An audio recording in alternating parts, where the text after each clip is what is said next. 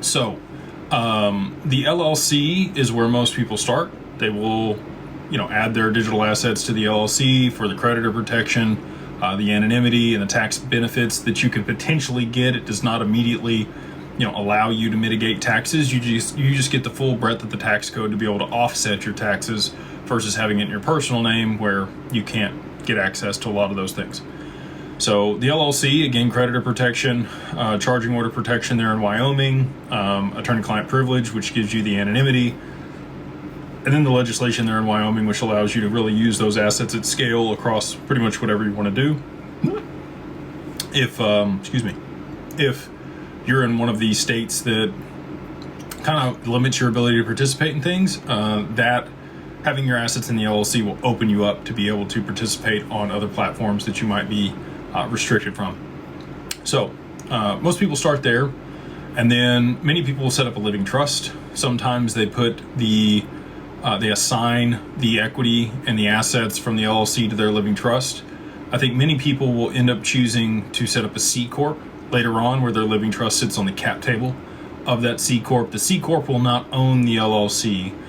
You'll likely have some type of irrevocable trust or asset protection trust or intentionally defective grantor trust, which are all irrevocable, by the way, that owns the majority of the equity or a portion of the equity of the LLC.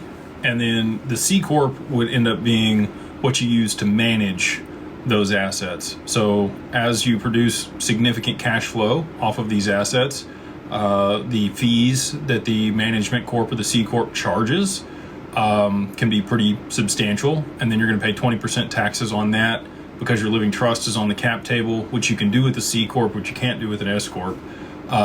You still get all of that inside your estate. You probably have a pour-in will to make sure that anything that you acquire over your lifetime that's not stipulated in your trust or your will pours into your revocable living trust. You and your spouse may have separate revocable living trusts, or they might have the same revocable living trust. Just depends on how you want to structure it and what assets want to go where. Also kids and beneficiaries.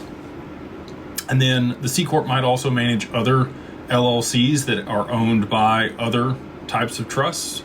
The reason that it doesn't own them directly, a lot of people have asked me that question. Well, a C Corp has stock, and if you are in a lawsuit, a creditor sues you, they take control of the stock. If the C Corp owns assets, they can liquidate those assets and basically give you back the useless stock that's no longer valuable.